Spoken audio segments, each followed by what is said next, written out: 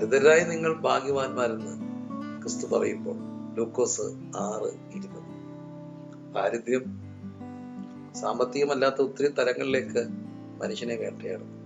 അതിലൊരു മേഖലയാണ് intellectual poverty, ഭൗതികമായ ഒരു ദാരിദ്ര്യം. സാമ്പത്തികമായി വലിയ പ്രശ്നമില്ലാത്ത എത്രയോ പ്രിയപ്പെട്ട മക്കളൊക്കെ ബുദ്ധിപരമായ ഒരു ദാരിദ്ര്യത്തിലൂടെ പോകുക.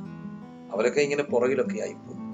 എല്ലാ മക്കളും ഇങ്ങനെ പഠിച്ചൊക്കെ മുമ്പിൽ പോകുമ്പോൾ അല്പം ബുദ്ധി കുറഞ്ഞ മക്കള്, ലേണിംഗ് ഡിഫിക്കൽറ്റി ഒക്കെ ഉള്ളവര് ഒക്കെ ഇങ്ങനെ പുറകിലായി പോവുക.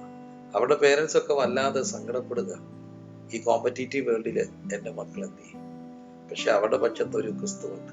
എന്തുകൊണ്ടാ ക്രിസ്തു അവരുടെ പക്ഷത്ത് നിൽക്കുക? യെരുശലേമിലേക്ക് എന്റെ കർത്താവ് വരുന്നുണ്ട്, കഴുതക്കുട്ടിയുടെ പുറത്താണ്. ഒരു കുതിരപ്പുറത്ത് വേണ്ടേ രാജാവ് വരാൻ? പക്ഷെ സിയോൻപുത്രിയുടെ രാജാവ് വരുന്നത് കഴുതക്കുട്ടിയുടെ പുറത്താണ്. എന്തുകൊണ്ടാണെന്നറിയോ?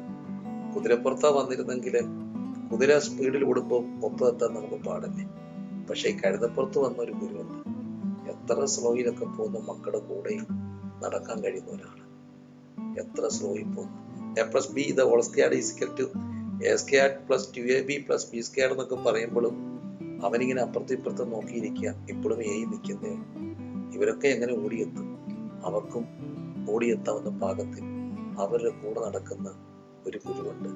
ദരിദ്രനായി തീർന്ന ക്രിസ്തു, കഴുതപ്പുറത്ത് വന്ന് ക്രിസ്തു വളരെ സ്ലോയിൽ പോകുന്നവരെ ഇങ്ങനെ കൂടെ നടക്കാൻ, അവർക്കൊപ്പമെത്താൻ, അവർക്കും ഒപ്പമെത്താൻ കഴിയുന്ന അകലത്തിൽ അവരോടൊപ്പം നടക്കുന്ന ക്രിസ്തു. സങ്കടപ്പെടണ്ട, കുഞ്ഞൊക്കെ ഒന്ന് പുറകിലാണ്, വേദനപ്പെടണ്ട.